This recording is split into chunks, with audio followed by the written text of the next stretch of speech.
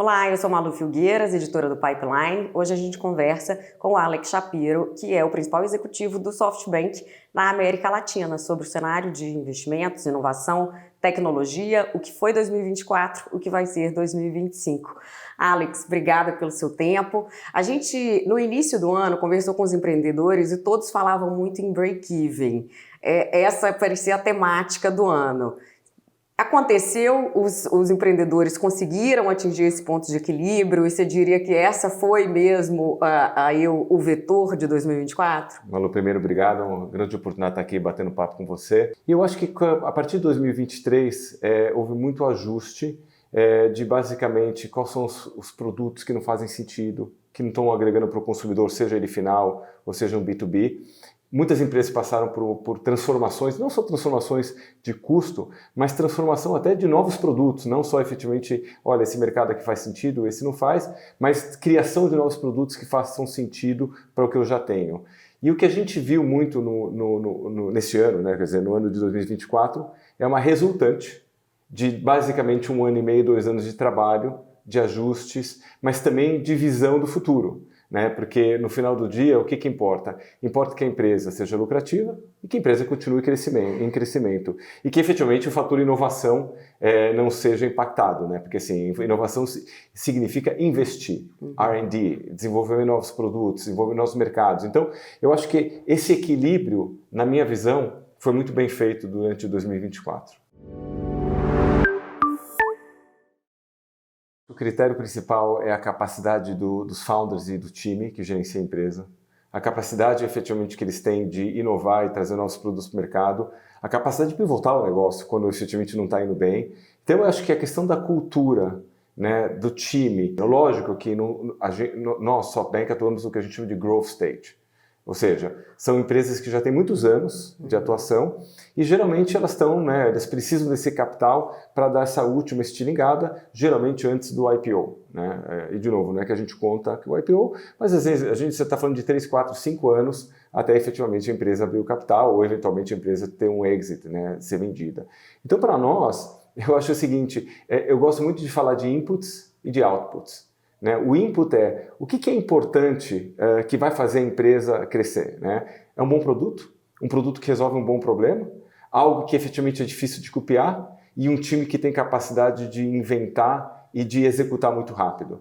Então, acho que isso não mudou. Né? Aliás, o que acontece é que muitos founders, geralmente eles têm skills muito bons para levar a empresa, vamos falar, de 0 a 10, tá certo? Contratar a equipe, pensar no produto, ele tem essa visão do que ele quer resolver.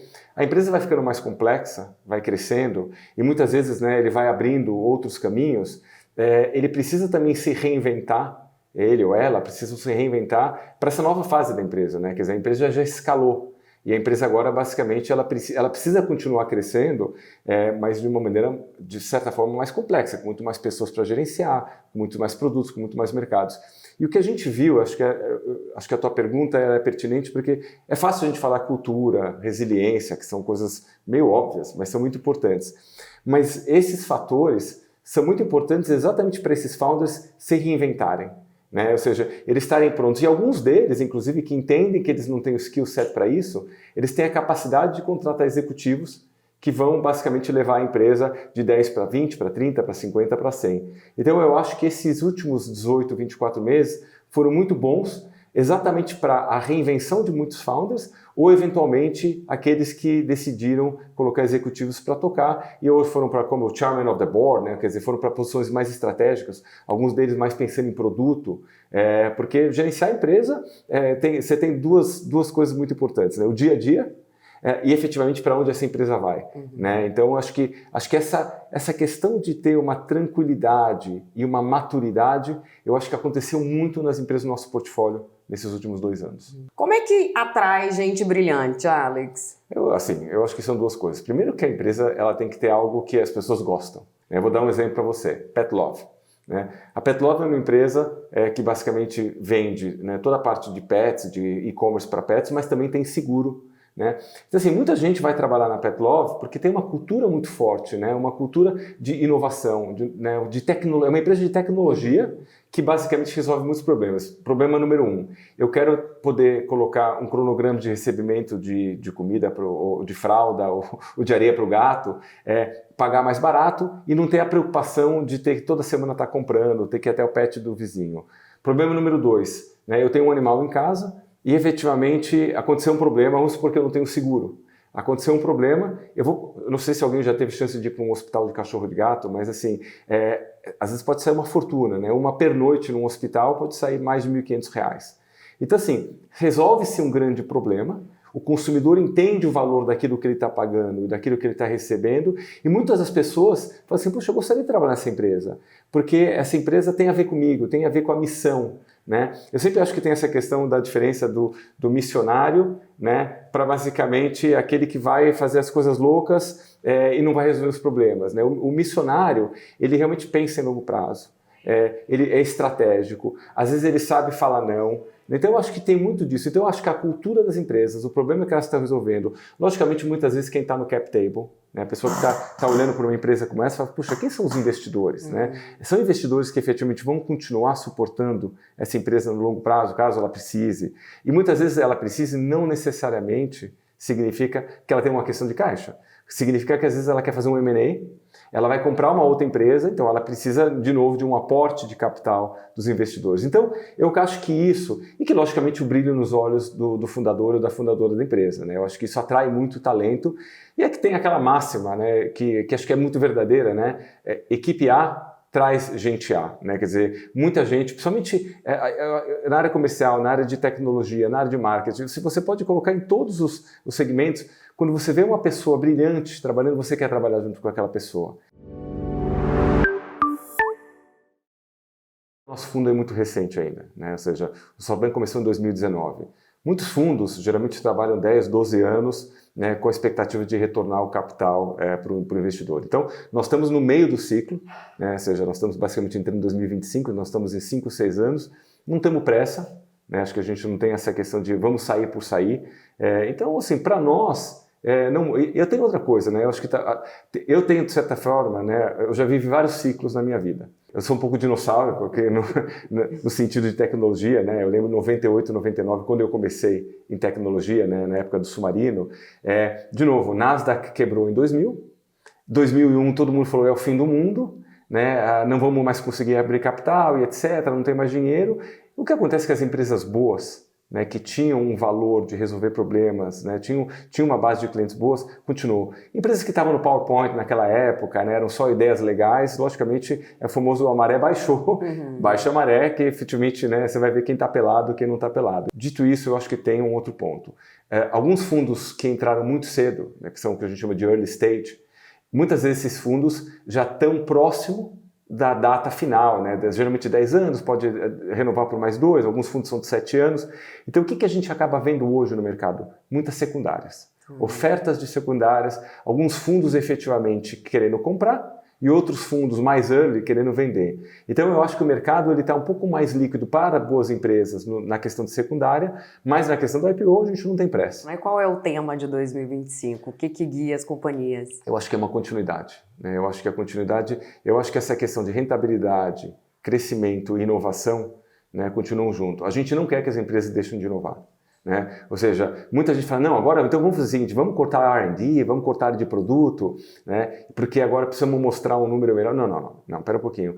Se você acredita que o output na verdade que é vendas, crescimento, rentabilidade e caixa, tá certo? Ou seja, é isso que faz o ciclo girar. Então, se você acredita que você tem coisas boas o suficientes no input, que é produto, preço, capacidade de distribuição, né, resolver um bom problema, então acho que eu não acho que muda muito. Eu acho que, e by the way, eu acho que assim, isso aqui é a mesma história de 5.000 anos, tá certo? Assim, você tem um bom negócio, você está resolvendo um problema, alguém quer o teu serviço, o teu produto, paga por isso, né, é recorrente, né, se você é bom o suficiente, aquele consumidor, a empresa voltam. Então assim, rentabilidade, crescimento e inovação, eu acho que vão continuar sendo o tema. Acho que a gente voltou, né, de certa forma, porque faz sentido, não agora. Essa é uma história já de final de 23, é a história de 24 e eu acho que é a história de 25.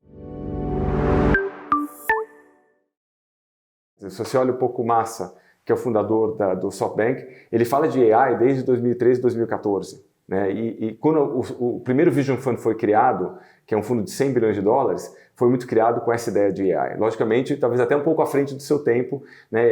E as oportunidades de AI foram acontecendo. Então, eu nem falo isso porque acho que é uma coisa óbvia. E, logicamente, o AI tem duas funções. Né? A função de a empresa ser mais eficiente, cortar custos, tá certo? Ou seja, internamente você usando ferramentas de AI de tal maneira que você possa ser muito mais eficiente no serviço que você presta. E a ideia é que pelo menos é o nosso conceito, toda vez que você consegue uma economia, a ideia é que você repasse essa economia para o teu cliente. Né? Porque você vai se tornando, a barra de certa forma vai subindo, você vai se tornando mais competitivo e dificultando a entrada de um concorrente. Por outro lado, você também pode ser um pure AI player, né? Quer dizer, de olhar AI para uma grande solução de um problema, quer dizer, não do uso interno, mas efetivamente do uso externo de produto, né? Do que é efetivamente o core do que você faz. Então, para nós, eu diria que nem é tema de 25, porque para nós já é um tema recorrente. Mas queria te ouvir um pouco, como você está muito inserido nesse negócio, né, nesse mercado, o que a gente não vai ver de novo e o que é cíclico, que vai acabar voltando. Então, como ali a questão dos valuations, isso em algum momento a gente pode ver de novo? Bem, eu estaria mentindo para você se eu tivesse certeza do que a gente não vai ver de novo, né? Eu acho que é uma coisa... mas eu acho o seguinte, a gente está num momento de maturidade, né? Eu acho que a gente está num momento muito bom. Eu diria o seguinte, que os preços têm uma tendência a serem os preços certos. Agora, de novo, os múltiplos, muito dos múltiplos do mercado privado, de certa forma, eles têm um lag, né? Tem um delta T do que se vê no mercado público. Inclusive, quando a gente faz muitas vezes análise de uma empresa, né, a gente usa os comparáveis de empresas públicas, porque é onde a gente tem os dados. Logicamente, também usamos de empresas privadas. Então, acho que no mercado privado tem uma correlação muito grande do que acontece de expansão ou não dos múltiplos dos mercados públicos. Difícil a gente prever, né? Porque tem tantas variáveis, a variável da própria empresa, a variável macro, né? A gente vive hoje, né, um mundo macro, de certa forma, muito diferente do que a gente viu nos últimos 10 anos, com muitas mudanças. Então, eu diria o seguinte, vai ser muito reflexo do que a gente vai acabar vendo nos mercados públicos. Agora, eu não acho também, só voltando num ponto, se fosse assim, houve um inverno. Porque nós continuamos investindo durante 22, 23, 24. Lógico, não os mesmos ritmos que a gente investiu em 19, 20, 21. Isso é verdade. Mas entre follow-ons, né, basicamente investimentos, se você olha, por exemplo, 23, nós fizemos, se não me engano, 9 investimentos, entre follow-ons e 9 investimentos. Foi um ano que todo mundo falou, não, o ano parou, meu Deus, o que está acontecendo agora em 23? Então para nós, aliás, uma métrica que a gente tinha de 23, e não é muito diferente de 24, quando você olha o funil, o número de empresas que a gente falou é mais ou menos o seguinte, a gente fala, mais ou menos, só para dar uma ordem de grandeza, né? Durante o ano a gente fala com 100 empresas, dessas 100, 50 a gente decide gastar tempo, dessas 50 mais ou menos 20, 25 é onde a gente vai a fundo, né? E geralmente a ordem de grandeza de investimento é alguma coisa entre 5 e 10, entre follow-ons e investimentos novos, né? Então, ou seja, o funil, ele não para. E por que isso também? Pode ter empresas que nós falamos em 23 que não estavam prontas para receber nosso investimento ou por valuation, ou eventualmente porque eram muito pequenas ainda para o que a gente chama, para o nosso tamanho de cheque, de growth stage, mas a gente está próximo dessas empresas. As empresas que a gente gosta, a gente continua muito próximas delas para ver a evolução. Né? Porque também o que a gente quer, as boas empresas, a gente gostaria de investir antes do que outros. Né? Então, há uma certa competição no mercado que a gente chama de preempt e fala, olha, se a gente já tem um bom relacionamento e se a gente puder investir antes e liderar uma rodada, sempre é bom. Sim, nesse período ali de 21, 22, o SoftBank mexeu muito com o mercado, todo mundo que acompanhou esse cenário de inovação sabe disso, né? E ficou uma referência do bolso fundo, né? Do SoftBank trazer volumes que nunca tinham sido vistos em América Latina.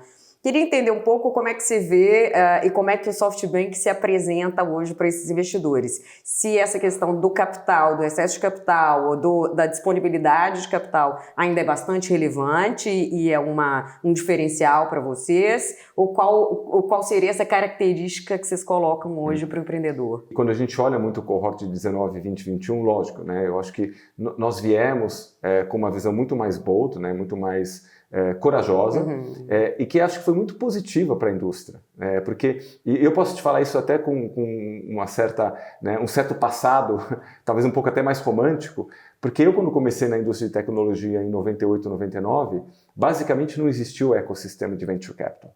Né? E os investidores, eu lembro na época até que eu estava no Submarino, os investidores eram todos internacionais. Não existiam basicamente fundos aqui no Brasil. Então o que acontece? O mercado foi desenvolvendo, aí a gente tem algumas empresas de sucesso que alguns fundadores saem, montam seus próprios fundos e a indústria de venture capital começa a rodar no Brasil. Só que essa indústria, ela ficou de certa forma órfã no que a gente chama de growth stage. Não existia ninguém que basicamente dava rodadas mais relevantes, eventualmente para levar a empresa para o IPO. Né? E se a gente olha, até é interessante isso, porque o mercado de capitais brasileiro está entre os 10 maiores mercados de capitais do mundo. Por outro lado, o número de empresas de tecnologia na B3 é muito pequeno, e mesmo em Nasdaq, empresas brasileiras em Nasdaq. Então, assim, eu diria duas coisas. Primeiro, foi muito importante para o ecossistema, a nossa visão, logicamente isso que a gente escuta dos founders, foi muito importante para o ecossistema, e se você olhar muitos investimentos que nós fizemos, nós não lideramos. O que significa que tinham outras empresas com cheques da mesma magnitude, ou também, às vezes maiores. Até maiores. Então assim, agora o que aconteceu que aí a gente efetivamente tem uma visão um pouco mais crítica? Quando veio a crise, muitos desses fundos, muitos estrangeiros foram embora.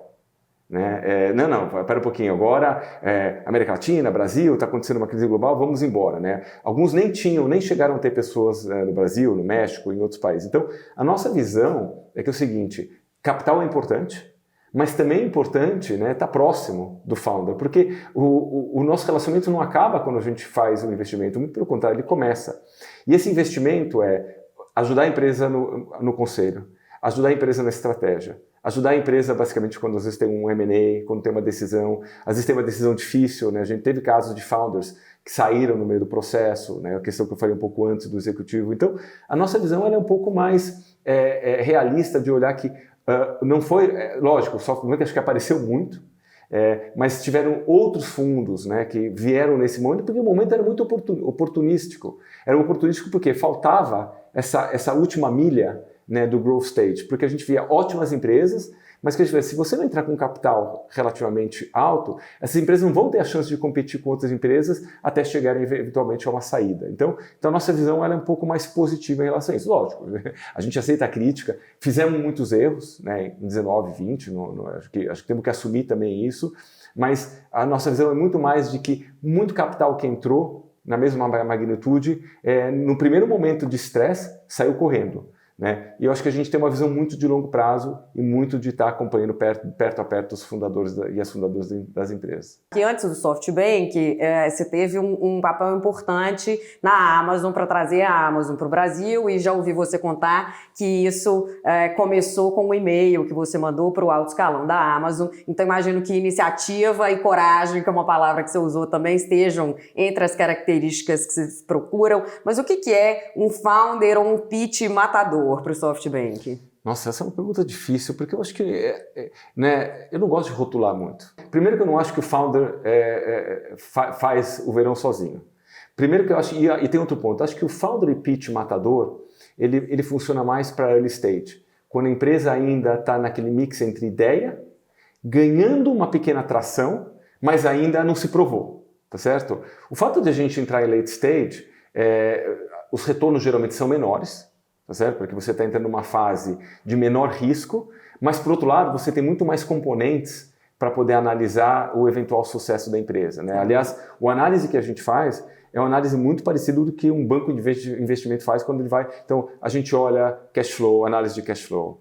Logicamente, a gente olha a capacidade do founder, do time, gasta muito tempo olhando isso, produto, conversa com empresas do mercado que basicamente clientes e concorrentes para entender. Então, assim, o análise ele é muito mais profundo, né, as projeções, então a gente gasta muito tempo fazendo a projeção, por quê? Porque a empresa já tem um histórico.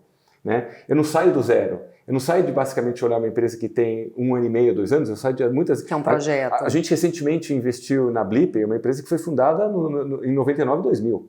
Né? A Blip é uma empresa, uma plataforma de conversação baseada em WhatsApp, TikTok e que usa muito AI para isso. Então, esse é um exemplo, quer dizer, não é uma empresa que começou ontem, e é uma empresa que se reinventou muitas vezes, né? Ou seja, a Blip de 99 e 2000 não é a Blip de 2023, 2024, 2025. Então, essa capacidade que a gente olha, o founder, o time, né, a execução, os números, as projeções, falando com os clientes, de certa forma nos dá muito mais data points, muito mais dados para tomar a nossa decisão de investimento. Mas se eu tivesse em early stage, eu diria que aí sim, o pitch, né, que por exemplo, muitas vezes, para você analisar, o que o pessoal de early stage faz? Para analisar um founder, muitas vezes eles falam com pessoas que vivem em volta do founder. Não só para entender do ponto de vista de business, mas do ponto de vista de cabeça da pessoa, amigos. Né? Porque você naquele momento ainda está investindo muito mais na pessoa do que efetivamente no negócio. Então eu acho que para nós a gente tem muito mais componentes, mas não deixa de ter a importância da resiliência, da inovação, às vezes até um pouco da loucura, né? Porque a gente precisa ser, assim, eu diria que talvez a loucura no bom sentido, né? Daquela pessoa que tem aquela vontade e que muitas vezes a gente entra num embate bom, né, às vezes a gente tá errado, a gente fala, olha, a gente acha que isso aqui você não tem que fazer, não, eu vou fazer, eu vou provar, tá bom, a gente dá a chance de se provar e muitas vezes eles estão certos. Então acho que essa dinâmica é muito positiva. Tá ótimo, Alex, obrigada pelo papo. Obrigado a vocês.